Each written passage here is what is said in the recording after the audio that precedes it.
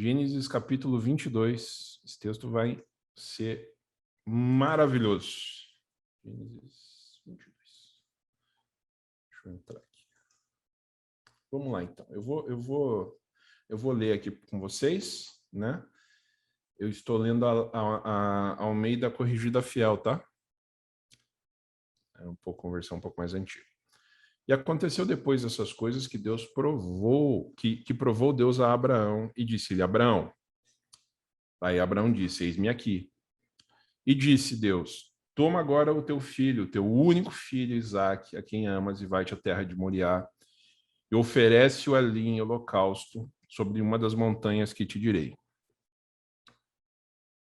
Então se levantou Abraão pela manhã, de madrugada, e abordou o seu jumento, e tomou consigo 2 dos seus servos, e Isaque, seu filho, e cortou lenha para o holocausto, para o sacrifício, e levantou-se e foi ao lugar em que Deus disse. Ao terceiro dia levantou Abraão seus olhos e viu o lugar de longe. E disse Abraão a seus servos: Ficai-vos com o jumento, e eu e o meu filho iremos até ali. E havendo adorado, tornaremos a voltar, né? E tomou Abraão a lenha do holocausto e pôs ela sobre Isaque, seu filho. E ele tomou o fogo e o cutelo na mão, e foram ambos juntos. Então falou Isaque a Abraão, seu pai, e disse: Meu pai. E ele disse: Eis-me aqui, meu filho.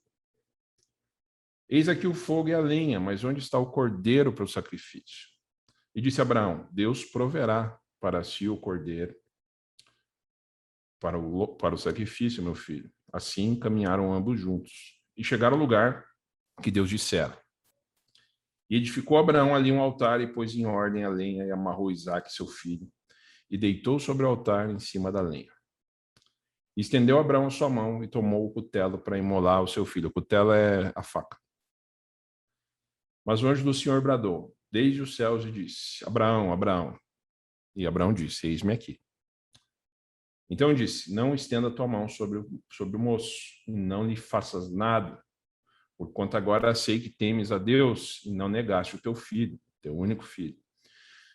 Então levantou Abraão os seus olhos e olhou, e eis um carneiro de trás dele, travado pelos seus chifres no mato. E foi Abraão e tomou o carneiro, e ofereceu em holocausto em lugar do seu filho.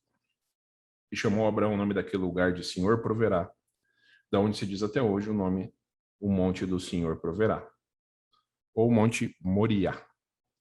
Então o anjo do Senhor bradou a Abraão pela segunda vez desde o céu e disse: Por mim mesmo jurei, diz o Senhor, porquanto fizeste esta ação e não me negaste o teu filho, o teu único filho, que deveras te abençoarei e grandiosamente multiplicarei a tua descendência, como as estrelas do céu e como a areia que está na praia do mar. E a tua descendência possuirá a porta dos seus inimigos.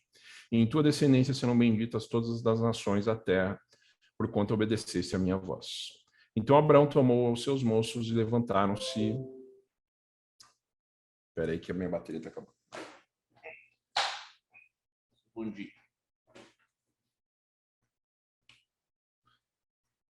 E levantaram-se e foram juntos para Berseba. E Abraão habitou em Berseba, e sucedeu-se dessas coisas que anunciará Abraão, dizendo: Eis também Milca deu filhos a Anuar, teu irmão, Uzo primogênito, e Bus, seu irmão, e Quemel, pai de Arã, e Quezed, Razo, e Pildas, e Gidelaf, e Betuel. E Betuel gerou Rebeca. Estes 8 deu à luz a Milcar e Naor, irmão de Abraão.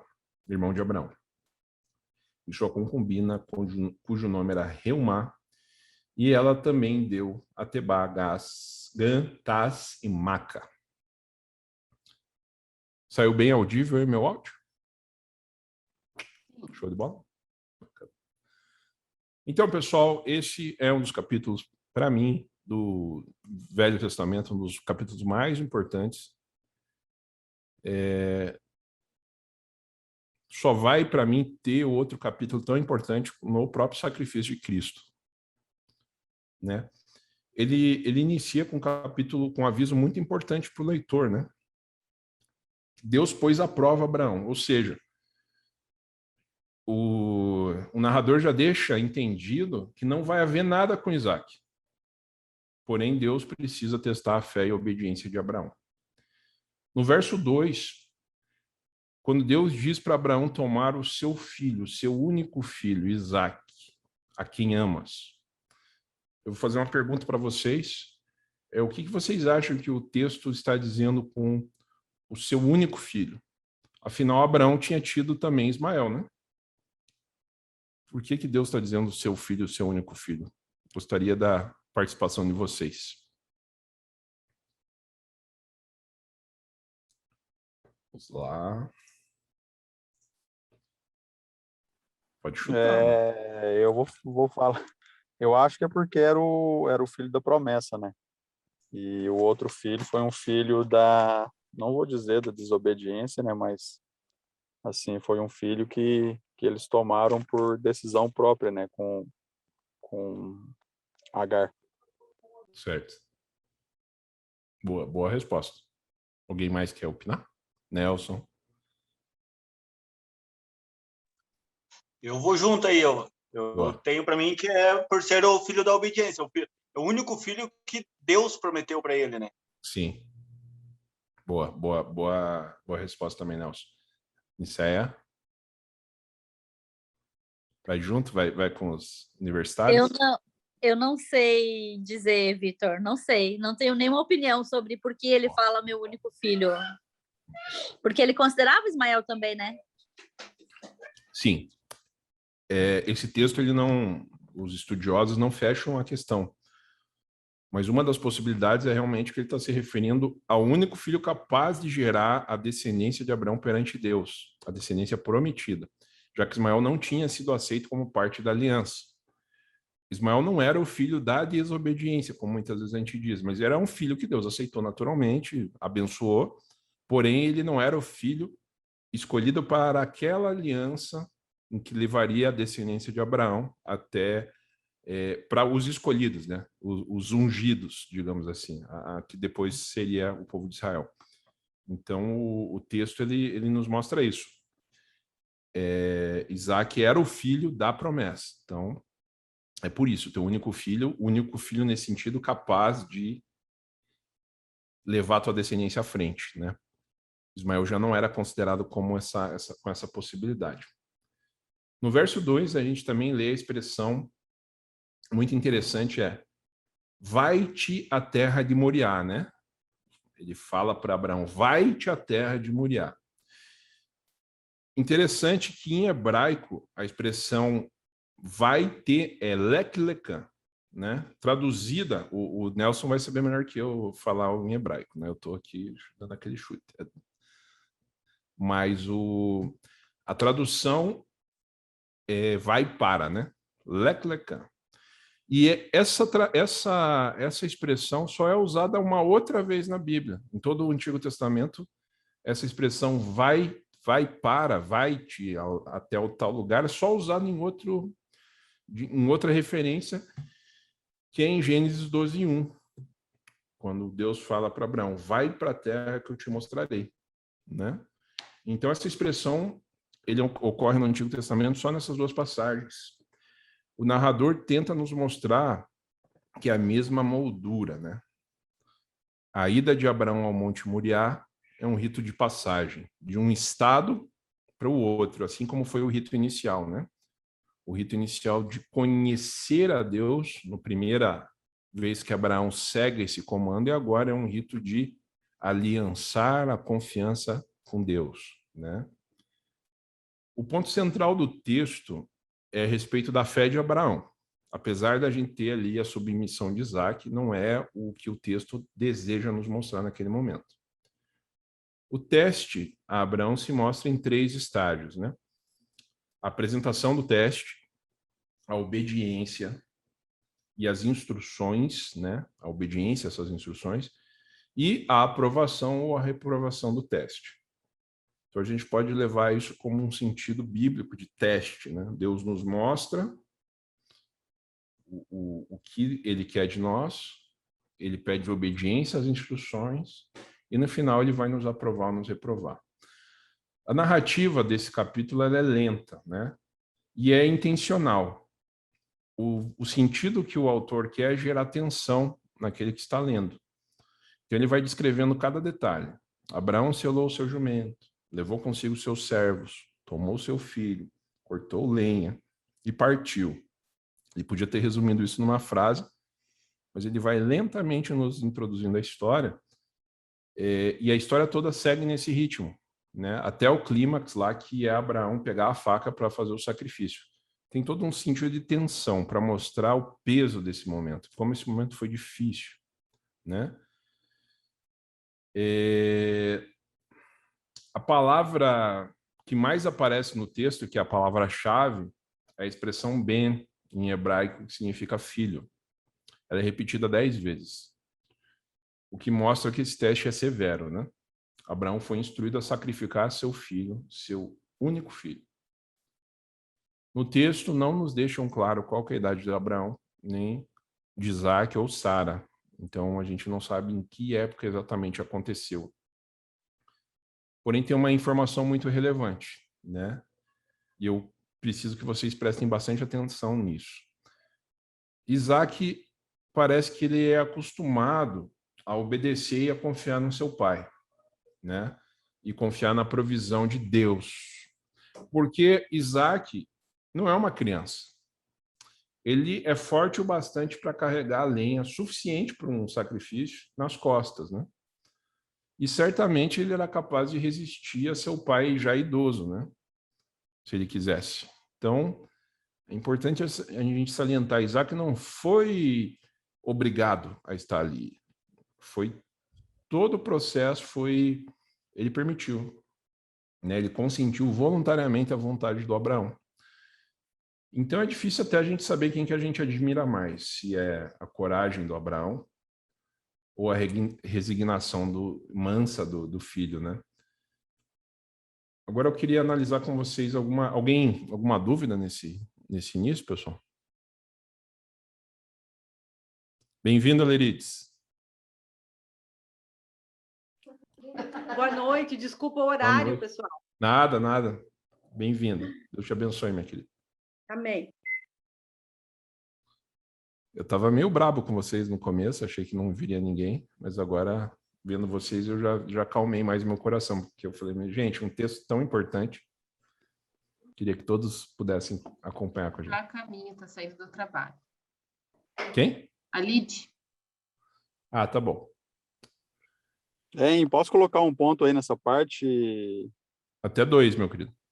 Assim, o que eu vejo, né, como você disse, da mesma parte da obediência de Abraão, né, a gente vê a serenidade de Isaac e a confiança dele no pai, né, que é Abraão, que eu acho que é a mesma serenidade e confiança que a gente deve ter hoje no nosso Pai Celestial.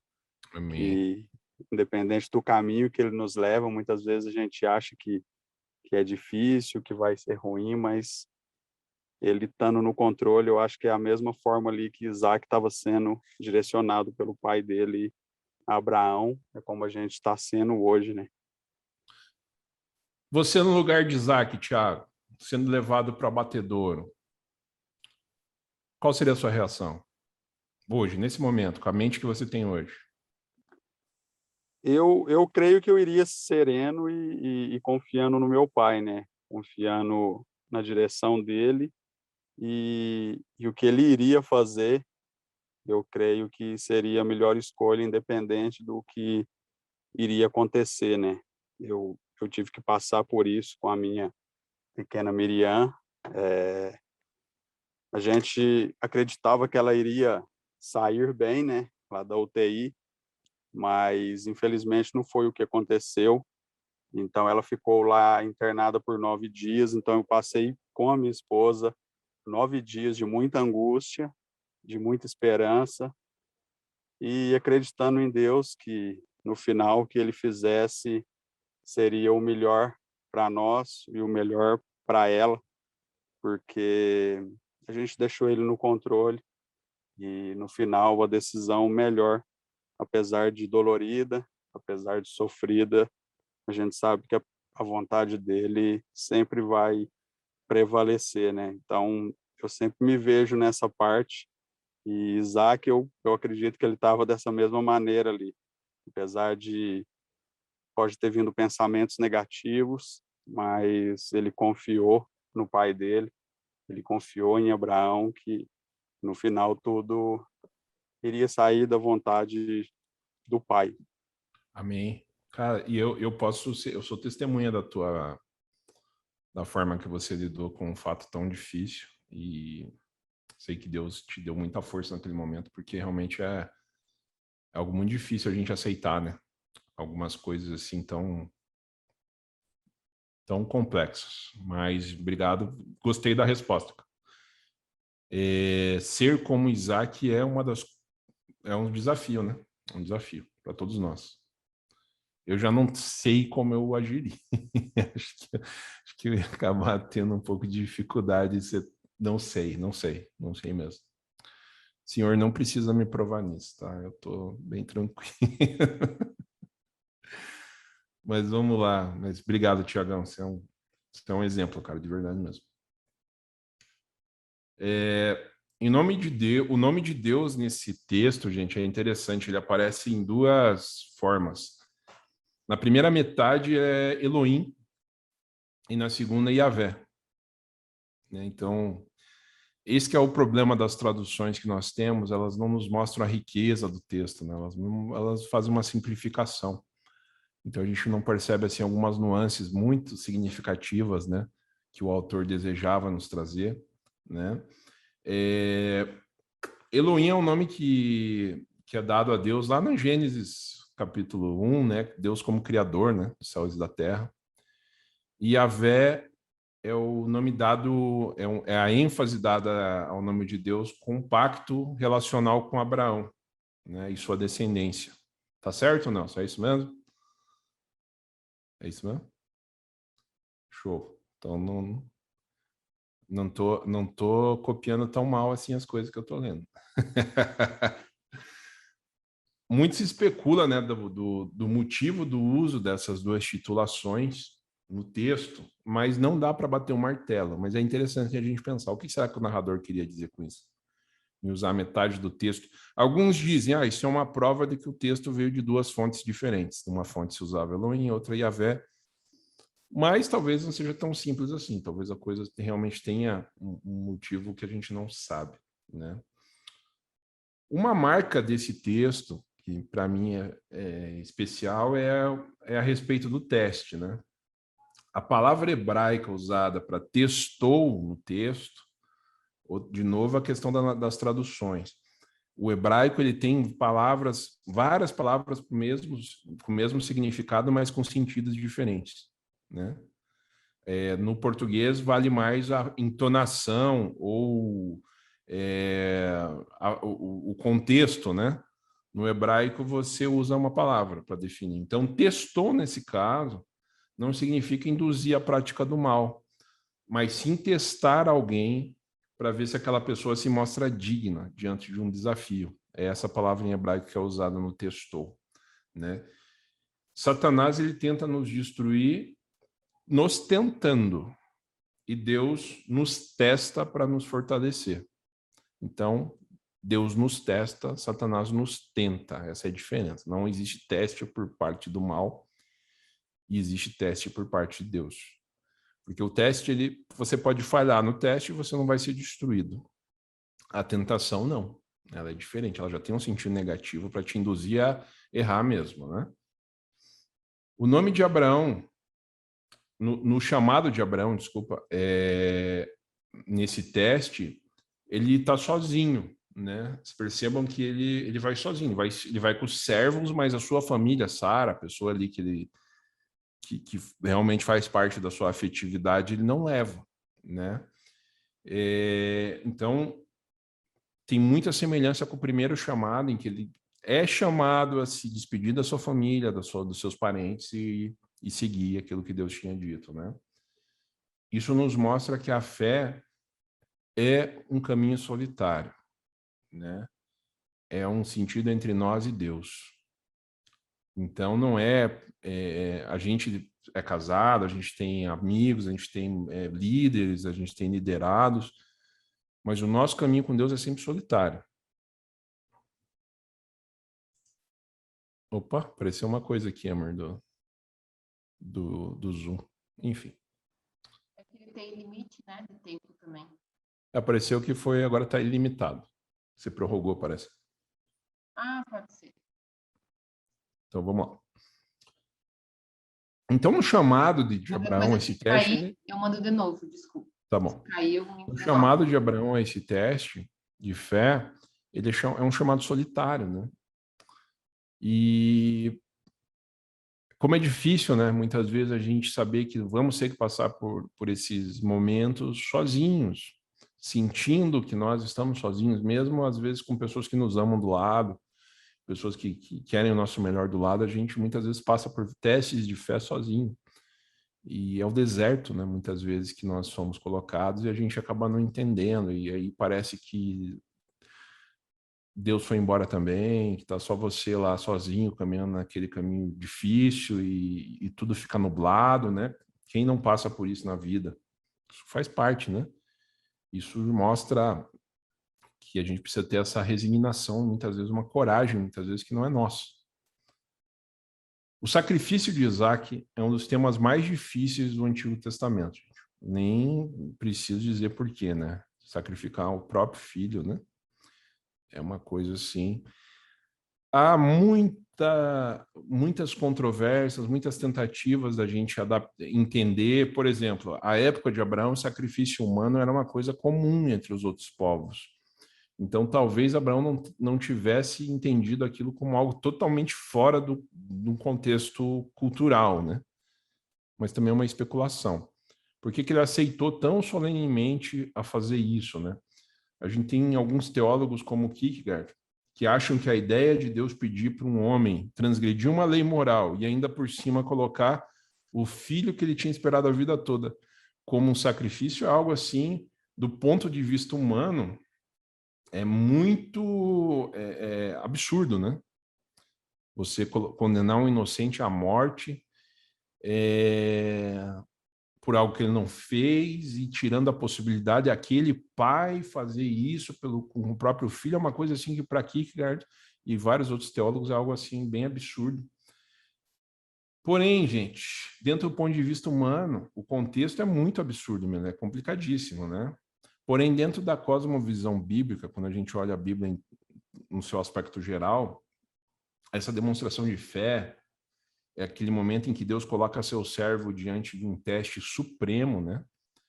E fica a grande pergunta: ele estaria disposto a entregar o que mais importa na vida dele para Deus, mesmo sendo Deus que tenha dado aquilo para ele, né? Os compromissos de Deus com Abraão, com um ao outro, vão sendo testados ao extremo nesse momento, nessa subida. Percebam, é uma escalada. Vocês percebem que é uma escalada a um monte? Em cada degrau que Abraão vai subindo, vai ficando mais difícil, porque ele vai cada vez mais tendo que pensar no que ele vai fazer. Ele vai subindo, parte a parte, aquele monte, o peso vai ficando mais... Cada vez que você está subindo uma montanha com peso nas costas, aquilo vai ficando cada vez mais pesado para Abraão. E pense para Isaac, como aquilo foi pesando cada vez mais, a incerteza. O que será que vai acontecer lá em cima? Cadê esse sacrifício que não apareceu? Né? Por que a gente está fazendo isso? Por que eu vim sozinho? Por que minha mãe também não está aqui, etc. Então, o caminho do servo sofredor ao rumo de largar tudo por Deus é esse caminho da montanha, né? Em que você vai escalando, e aquilo lá vai ficando cada vez mais sufocante, né? Então a gente vai imaginando, é isso que o narrador tenta nos mostrar, fazendo uma narração tão pausada, assim, mostrar que aquilo era dentro da possibilidade do papel que existia na época, né? A gente sabe que você escrever um livro nessa época, onde o Velho Testamento foi escrito, demandava muito recurso. Se fosse hoje, provavelmente nós teríamos aí 500, 600 páginas para narrar essa história, com todos os seus detalhes e todo esse clima angustiante, né? Mas só que acontece uma coisa, o teste foi extremo, mas o benefício também foi praticamente infinito, porque Deus transformou Abraão na grande nação dentro de uma comunidade de nações. Abraão foi separado. Naquele momento, Abraão comprovou a qualidade da sua fé por meio da obediência. Abraão tinha uma fé como nós, vacilante muitas vezes. Mas mesmo vacilante, ele foi até o fim, mesmo com medo, né? É aquela frase típica, tá com medo, vai com medo mesmo, né? No Pentateuco, pessoal, a jornada de Abraão ao Monte Moriá e sua adoração sacrificial é uma prefiguração. O que é prefiguração? É uma antecipação, um símbolo da adoração de Israel no Monte Sinai, né? Depois da sua viagem de 3 dias, foram 3 dias que Abraão viajou, e a sua obediência em sacrificar seu filho, Abraão é o primeiro a oferecer um carneiro sem reservas no Monte Moriá como ato de adoração a Deus, né? Mais tarde, os israelitas pedem aos egípcios, lembra? É uma viagem de 3 dias para o deserto para ir lá adorar a Deus, né? E é lá no deserto que Deus aparece para eles, né? Assim como apareceu para Abraão, prometeu uma bênção, né? E também apareceu aos israelitas, né? Mostrou para eles a lei e prometeu bênção àqueles que cumprissem a lei também, né? Cada pai israelita redime seu filho primogênito por meio de um animal substituto, assim como o anjo do Senhor poupou o primogênito por meio de um substituto pascual, né? Então, nós vemos que todo esse ato de Abraão no Monte Moriá depois se refletiu na própria nação de Israel, né? A gente vê isso depois no Êxodo, toda essa questão do substituto pascal, né? A gente vai estudar lá na frente. Pessoal, o que vocês têm a dizer até agora? Essa é a parte 1 da nossa análise. A gente daqui a pouquinho vai começar as conclusões. Então, o texto está apresentado a vocês.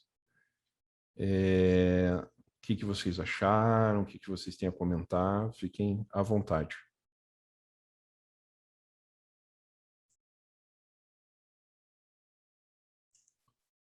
Só um de cada vez, porque está muito barulho. Eu já falei muito, vou deixar para a turma aí que não falou, falar agora, hein? Falem agora, o calem-se para sempre.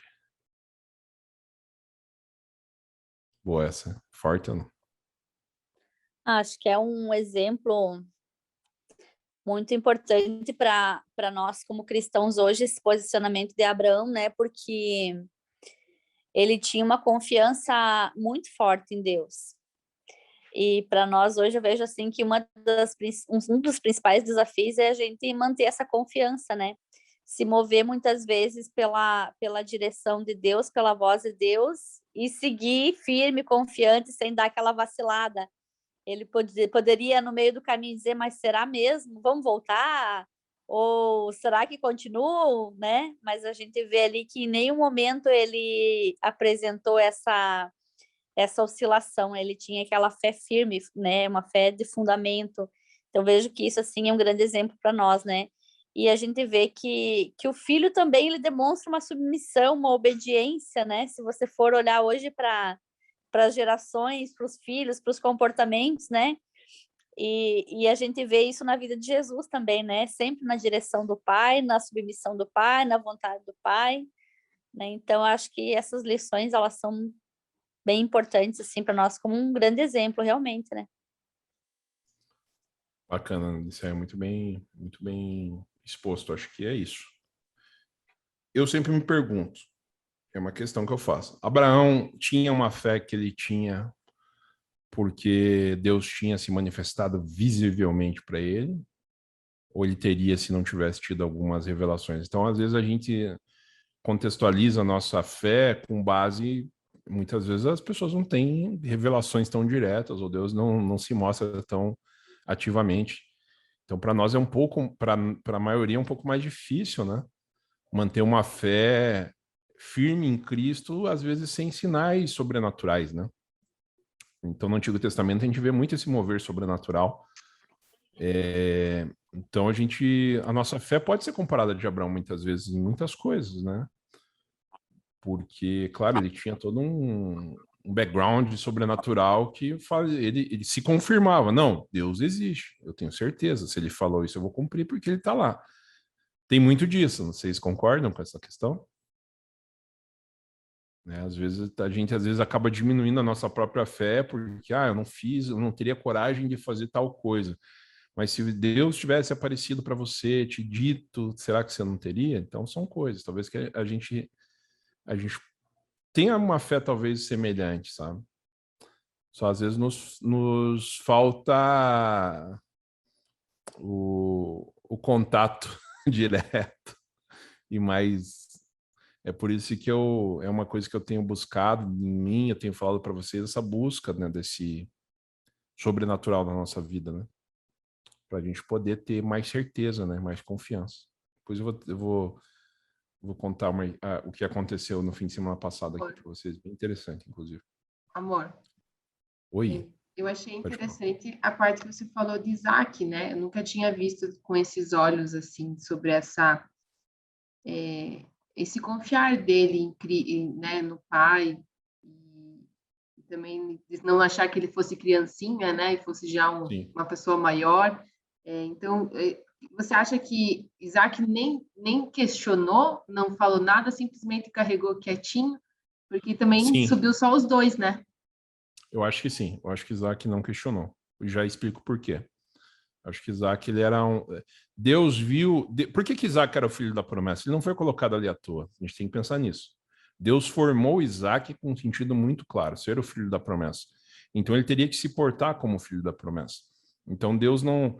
É diferente da gente que não é filho da promessa, nós já somos os herdeiros desse filho, mas a gente não vai cumprir a mesma questão. Ter uma situação dessa e a gente querer fugir com medo. Mas Isaac, vocês já vão entender, ele teria que fazer dessa forma, por um motivo simples. Então vamos chegar lá. Toda essa questão do Monte Moriá e tudo o que aconteceu ali nos remete... entrou agora também. Opa, bem-vinda, Lid. Deus abençoe. Essa tipificação, gente, quando eu falo tipificação, quando a gente vai falar no Código Penal, tipificação quando já existe um...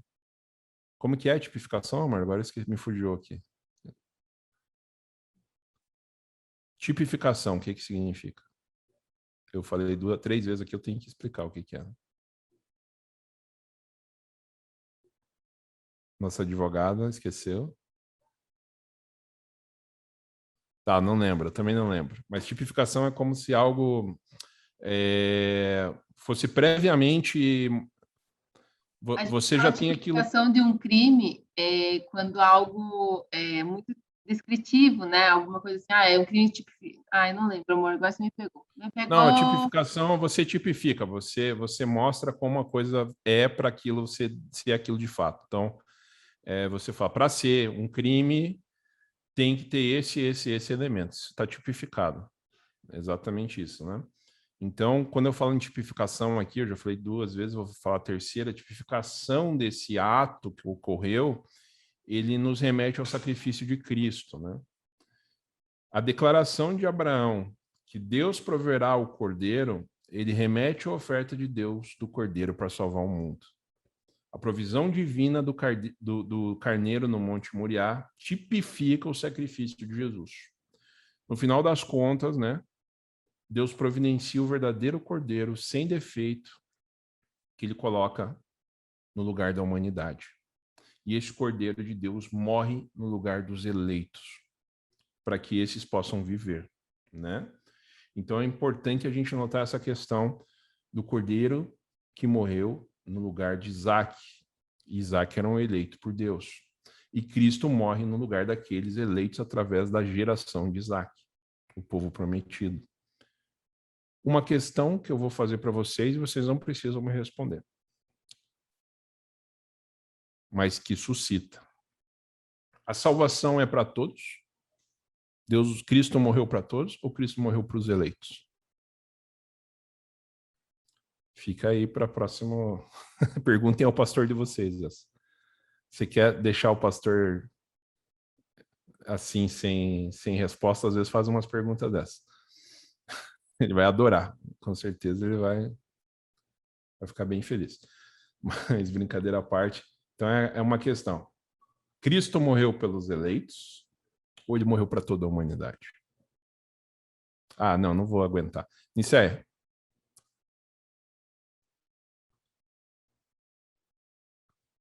Abre o microfone, Nicéia, e venha responder essa questão. Você é minha pastora agora. Meu Deus, que responsabilidade!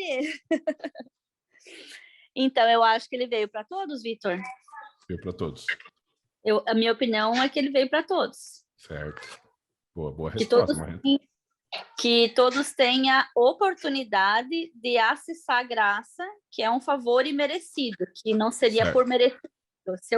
Se eu pensar na graça, que eu não mereço, mas eu tenho a oportunidade de receber esse presente, eu vejo assim como a graça como um presente, né? Eu não mereço, mas ainda o Senhor quer me dar esse presente. Entendi. Agora eu vou te fazer uma pergunta auspiciosa, assim, que é a seguinte. Então ele veio para todos, né? Sim. Por que todos não vão ser salvos, então? Porque ele é Cristo, ele é Deus, ele veio para todos, todos têm que ser salvos. Eu acho que daí vai entrar o livre-arbítrio, né? Que é eu decidir se eu quero realmente aceitar isso e aceitar o evangelho, porque hoje você ir para a igreja não necessariamente está vinculado à sua salvação. Você batizar não necessariamente está vinculado à sua salvação, né?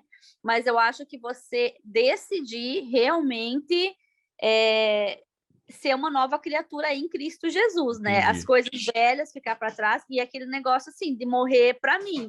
Então, tipo, a partir do momento que eu recebo o evangelho, eu recebo a Cristo. Você fez a decisão. É aquilo que Paulo fala, eu não tenho mais como viver o mesmo estilo, porque eu morri para o mundo. Morri para o mundo, sim, exatamente. E agora eu vivo para Cristo. Aí, no meu entendimento, a partir de agora, eu começo a desfrutar de benefícios e coisas que o Evangelho, a nova vida em Cristo, me proporciona. Né? Então, não sei, minha visão. Bacana a sua ideia, a sua reflexão. Armínio comungava dessa tese. Calvino já comungava da tese contrária. Eu vou deixar a pulga atrás da orelha, porque falando o seguinte.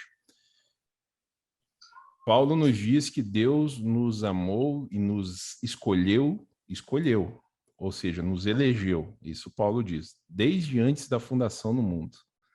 Se ele nos elegeu desde antes da fundação do mundo, a eleição de Deus ela não pode ser mudada pela nossa decisão, porque senão a gente estaria na frente de Deus. Se você puder escolher não ser salvo e Deus escolhe você ser salvo, de quem que vai ser feita a vontade? Sua ou de Deus? Vai ser de Deus, né? Pela nossa lógica, Deus é soberano, a vontade dele vai ser... Então, se ele te escolheu, segundo Calvino, tá? Não sei o que estou falando. Talvez eu pense assim também, mas segundo Calvino. Se Deus te elegeu, você não tem, independente do que você queira, você não vai ter escolha. Ele fala, a decisão é minha, a Nicéia é minha, acabou. Ela pode achar que não vai ter a decisão de não ser salva, mas a natureza dela já é a natureza salva. Cristo veio por ela. Por isso ela não tem como me negar. Isso os calvinistas chamam de graça irresistível. Você não tem como resistir à graça. Quando Deus quer, ele não deixa você ir, entendeu? Isso é chamada graça irresistível. Porque para o Calvino, a nossa natureza pecaminosa, caída, ela jamais poderia aceitar a graça de Deus, porque a carne, como Paulo mesmo diz, é inimiga de Deus. Então, nós não teríamos como aceitar Cristo, aceitar Deus e aceitar a salvação. Então, Deus, ele só diz assim, olha, te escolhi, venha. E você vai se debater e tal, mas uma hora você vai acabar indo. Isso é o que Calvino diz. Então, fica a pulga atrás da orelha para vocês. Cristo veio por toda a humanidade ou veio só pelos eleitos? Percebam, eu não pus minha opinião aqui, tá, gente? Eu só coloquei o que Calvino diz e pedi a opinião da Nicéia e agora eu quero a opinião do Tiago.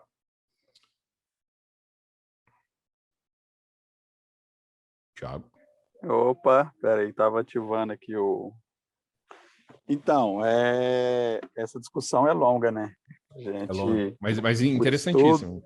O estudo é bom, mas em 2 Coríntios, né, acho que 5, deixa eu dar uma olhada aqui. 2 Coríntios 5,15. E ele morreu por todos, para que os que vivem não vivam mais para si mesmos, mas para aquele que por ele morreu e ressuscitou. Então, Isso. segundo Coríntios 5,15, diz que ele morreu por todos. Mas na questão do livre-arbítrio, eu acho que nós não temos, porque Deus sempre vai querer a gente perto dele, ele sempre vai amar uma situação para a gente estar perto dele, porque se a gente tiver o livre-arbítrio, todos nós vamos acabar no inferno, né? Sim. E eu 2 creio que Coríntios não. 5, o Tiagão, ali no Tiagão, agora eu lembrei do Chosen. Assistiu o Chosen? Não. Jesus chama o Tiago de Tiagão. 2 Coríntios 5 é interessante, que esse texto às vezes é usado para rebater a tese de Calvino, porém, no contexto, Paulo estava falando para a igreja de Corinto, então ele está falando por todos da igreja, segundo os teólogos, e era isso que Paulo queria dizer, e tem alguns que rebatem dessa... toda essa tese tem dois lados, a gente sabe que tem dois lados. Tem a tese arminiana, que nós podemos perder a salvação, e a tese calvinista, que é a tese que a salvação, a obra de Jesus é completa, ela não pode ser incompleta. Então, se ele veio para te salvar, ele não pode deixar de te salvar por tua escolha. Isso é o que os calvinistas pensam. Né? Eu creio que assim, a salvação mesmo, eu creio, né, que a gente não perde, porque não que a gente não perde, mas é igual já viu o Nicodemos falar, você pode perder ela, mas vai ser um processo. Não vai ser principalmente apostatando da fé, né, que muitos às vezes chegam nessa situação, mas ao mesmo tempo, aqueles que têm o Espírito Santo e são guiados pelo Espírito Santo jamais vão se apostatar. Então, assim, fica uma situação muito complicada. Porque se Cristo veio para nos trazer para a vida eterna, né, Tiago? Sim. Concorda? Ele veio por isso, né? Para nos dar a vida eterna. Se você puder perder a salvação, a vida não é eterna, ela é finita, você volta a morrer. Perdi e morri de novo. Ele me deu uma vida que não era eterna, então. Então, peguei uma vida eterna porque a Bíblia nos diz que Cristo, ele já nos deu essa vida. No momento que nós aceitamos e que nós o confessamos no nosso coração, nós já estamos vivos com ele eternamente, né? Sim. Como que eu vou perder isso? Então, a vida que ele me deu era meio eterna, né? Isso nosso professor falou ontem, né, Nelson? É uma aula de ontem, inclusive. Porque tem uma colega nossa que está fazendo o TCC dela com base nessa pergunta. É possível... Com base em qual texto, Nelson? Você lembra? É Mateus, cara? Mateus 10? Não lembro agora. Acho que é Mateus que ela tá usando, ou é Marcos, não sei. Mas eu sei que é um tema muito bacana. Mas eu quis colocar isso aqui justamente para gerar essa pulga atrás da orelha de vocês. Pode falar, Mar. Aquelas pessoas que falam sobre aquela parábola do joio e do trigo. A parábola do joio e do trigo é uma das parábolas que confirmam que a salvação não se perde, porque o trigo ele não deixa de ser trigo e o joio não vira joio. Isso. É uma coisa só, já foi lançado e a semente já é lançada, o joio já é joio, o trigo é trigo. Então também é uma das bases do que... Se você pegar os textos assim de Calvino, eles são muito mais... assim, eu vou agora dar uma opinião de quem está estudando um pouquinho o tema, gente. Se fosse para bater na mesa entre Calvino e Armínio, Calvino ganha, porque ele tem muito mais argumento e muito mais base, mas isso é um assunto bem longo. Agora, é uma coisa interessante para a gente discutir, né? Não para a gente bater o martelo, aí cada um dentro do seu coração, com base naquilo que pesquisa, pode decidir se a salvação é para todos. Porque eu gosto dessa parábola por conta disso, né? Porque você joga a semente, ela vai crescer tudo junto. Com certeza. Tanto o joio quanto o trigo. E a Bíblia também, Amor, tem uma distinção muito grande que Jesus coloca: os filhos de Deus e os filhos do diabo. Jesus chama alguns homens de filhos do diabo.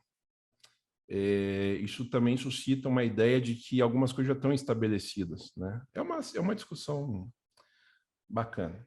Não fiz isso para provocar vocês no sentido de falar vocês estão certos ou errados. Cada um aqui não tem uma pedra e só lá na eternidade a gente vai saber o que está certo ou errado nessa tese. E por sorte, pessoal, teologia não salva ninguém, né? O único que nos salva é Cristo. Então, o que a gente acha ou deixa de achar de algumas questões, isso não muda a nossa salvação. A única coisa que muda a nossa salvação é aquele que nós confiamos para nos salvar. Inclusive, eu vou pregar sobre isso no domingo. Então, vamos lá, gente. Então, esse Cordeiro de Deus morre no lugar dos eleitos, né? Então, como eu falei, fiz a pergunta, bacana a nossa discussão aqui. A obediência de Isaac e de Abraão é um tipo de filho de Deus, né? Um tipo de Cristo, né? O verdadeiro servo sofredor. Como Isaac, Cristo é o cordeiro levado ao abate. Todavia ele não abre sua boca. Assim como Isaac carrega a própria lenha para o altar, Cristo carrega a sua cruz de madeira para o Gólgota, né? Assim, o Jesus obediente se submete à vontade do Pai, da mesma forma que Isaac se submete à vontade de Abraão. A devoção de Abraão, que não negou seu único filho, encontra paralelo ao amor de Deus por nós em Cristo. Deus que ofereceu seu único filho à humanidade. Então, toda a tipificação da história de Abraão nos remete à história que virá depois, a história da verdadeira salvação. Abraão e Isaac não poderiam nos salvar. Porém, eles nos mostraram como seria o caminho até a salvação, essa subida no monte, esse sacrifício, né? Simbolicamente, Abraão recebe depois, né, Isaac de volta da morte. É um símbolo que tipifica a ressurreição de Cristo na morte da cruz. Ao jurar que abençoará Abraão e todas as nações por meio dele, Deus garante a promessa da descendência de Abraão. A obediência de Abraão, então, prefigura a obediência ativa de Cristo. Cristo decidiu obedecer, que garante as bênçãos pactuais que nós temos hoje da salvação para a incontável descendência de Abraão, de qual eu e vocês fazemos parte, eu tenho certeza. Quer dizer, eu não posso ter certeza, mas eu creio que sim. Eu quero ter essa certeza que todos aqui estão salvos. Agora, uma questão que eu faço para vocês. A sua fé hoje, nesse momento, e não precisa mentir para mim, nem para você, nem para Deus. Nem precisa responder. Ela permite entregar aquilo que você julga mais importante na tua vida? Né? Se Deus te pedisse hoje o que você considera fundamental, você entregaria? Né? É uma resposta difícil, ao ponto que a gente pensa em todos os nossos apegos, né? Mas nenhum apego é tão importante quanto o apego que a gente tem pelas pessoas ao nosso redor, né? Nossos filhos, nossos parentes, as pessoas que a gente ama. Então não responda assim, eu entregaria ou não entregaria. Pense, né? Não decida sem refletir, né? Não é fácil encarar a fé de... Pode falar. Não, eu ia falar que essa pergunta é a mesma pergunta que Jesus faz para o jovem rico, né? Isso. É uma pergunta que colocou ele ali numa sinuca de bico, que ele acabou de abandonando Jesus porque as posses dele eram muito, né? É aquela questão, né, Tiago? Deus quer 10%, uma oferta generosa. Na verdade, tudo, né? Ele quer tudo só. Sim, bem isso. Não é nem 10%, nem uma oferta, é 110%. É verdade. Nós vamos então, pensar. É difícil, é muito difícil. É difícil. Mas é para pensar, é para refletir. Com certeza. É uma coisa que hoje eu quero que vocês todos aqui reflitam sobre isso, sobre a fé de vocês, sobre o tamanho dela, né? Não é fácil, né, a gente encarar a fé de Abraão e não ficar, às vezes, com vergonha da nossa pequena fé, mas como eu disse para vocês, há algumas questões na fé de Abraão que são das questões físicas, daquilo que ele viu, daquilo que ele passou, mas também tem uma disposição de servir, né? E de obedecer. A gente duvida, a gente teme, a gente se angustia. Amor, se você puder pegar uma água para mim, que eu tô bastante seco. Obrigado. Deus abençoe. Em boa parte, só esperar a Ana voltar, que eu não quero que ela perca essa parte também.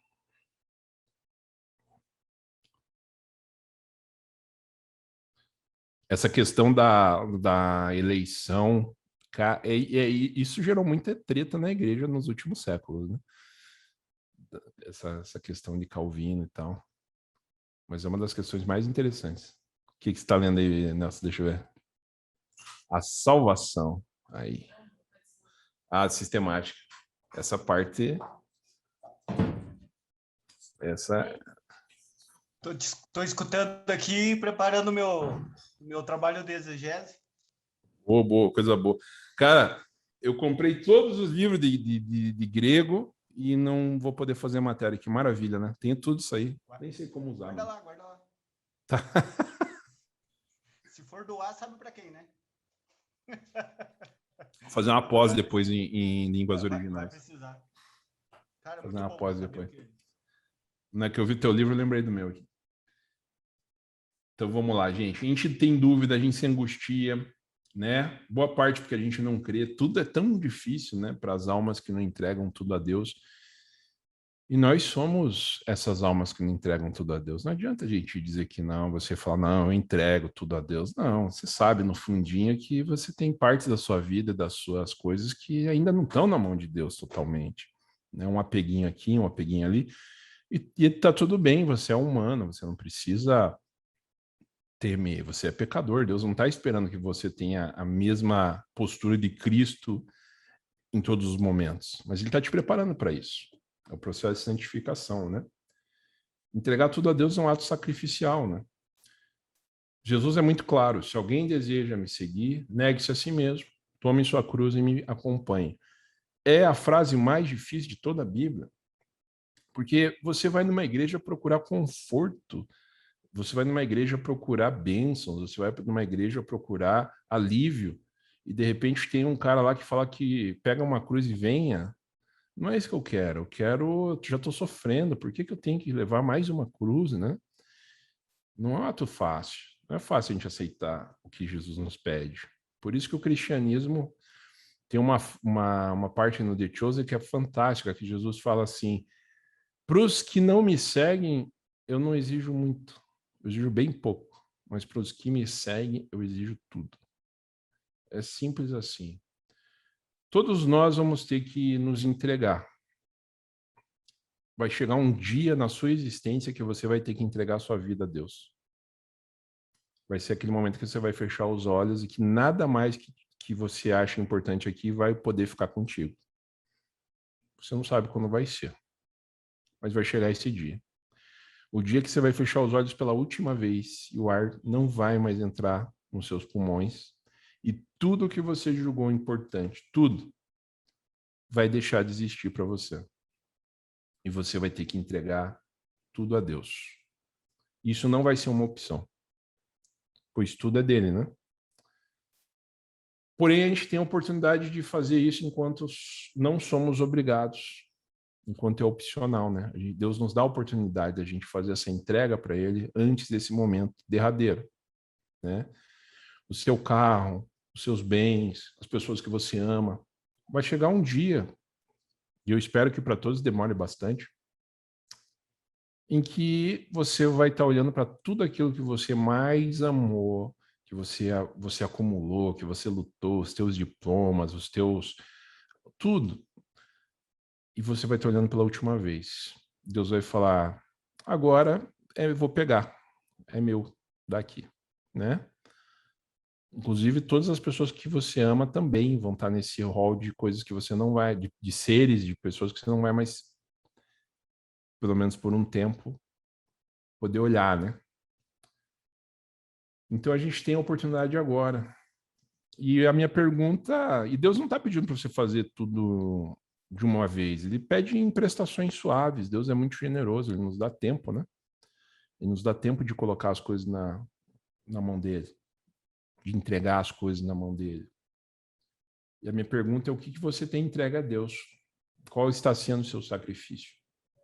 Quanto do seu tempo no seu dia, quanto dos seus pensamentos estão sendo entregues a Deus? Quanto da sua devoção, da sua oração, né? Domingo eu vou pregar sobre Marcos 4, 35 a 41, onde em meio à tempestade os discípulos estão angustiados e com medo, né, de morrer. E Jesus pergunta para eles: por que vocês estão com tanto medo? Ainda não tem fé? Então, minha pergunta hoje para vocês é: por que vocês estão com tanto medo? Vocês ainda não têm fé? Quero que vocês reflitam e pensem nesse texto, leiam, assistam de novo, se possível. Eu sei que às vezes eu dei uma enroladinha aqui hoje, mas é tão importante esse texto, essa passagem, porque aqui está expresso o que Deus espera de nós. Quando você fala, o que Deus espera de mim? Você não precisa de um profeta, você não precisa de um ato, um sonho ou qualquer coisa. Deus espera isso de você, obediência absoluta e entrega. Só isso. Nada mais, nada menos que a sua vida inteira na mão dele. É só isso que ele quer. É difícil, é. Se você não está preparado para isso, vai viver a tua vida longe do cristianismo. Não se engane. Não fica indo na igreja ou indo uma vez por semana ou duas num culto ou fazendo coisa lá na igreja. Se você não quer entregar, você só quer entregar isso, esse tempiozinho que você tem, o resto é tudo meu, Senhor. O resto é tudo da minha vida. É eu que domino aqui. Gente, eu sempre falo, é muito mais fácil a gente viver na verdade da mentira do mundo do que numa mentira do nosso coração dentro de uma igreja ou dentro de um sistema religioso. Porque o sistema ele tem esse sentido de nos engessar ao ponto da gente ficar achando que realmente está entregando algo significativo para Deus. Que, é o meu domingo, é meu sábado, é meu dízimo, é minha oferta. De vez em quando eu faço um serviço aqui, outro ali. Quando, na verdade, o teu tempo com Deus se resume a isso. Mas ele não está pedindo isso, gente. Deus não falou, gente, aqui para você me servir é domingo, terça no culto X, quarta no culto Y. E você vai fazer EBD e vai discipular. Não é isso que Deus está pedindo. Deus está pedindo, me siga, me sirva, se entregue. Jesus foi o servo sofredor que fez exatamente isso. Jesus não chegou para Deus e falou, Senhor, agora está tudo salvo aqui, porque eu estou indo na igreja, estou indo na sinagoga, estou pregando, então agora... Não, Deus queria tudo, queria a vida dele. Eu sei que é uma palavra difícil da gente compreender,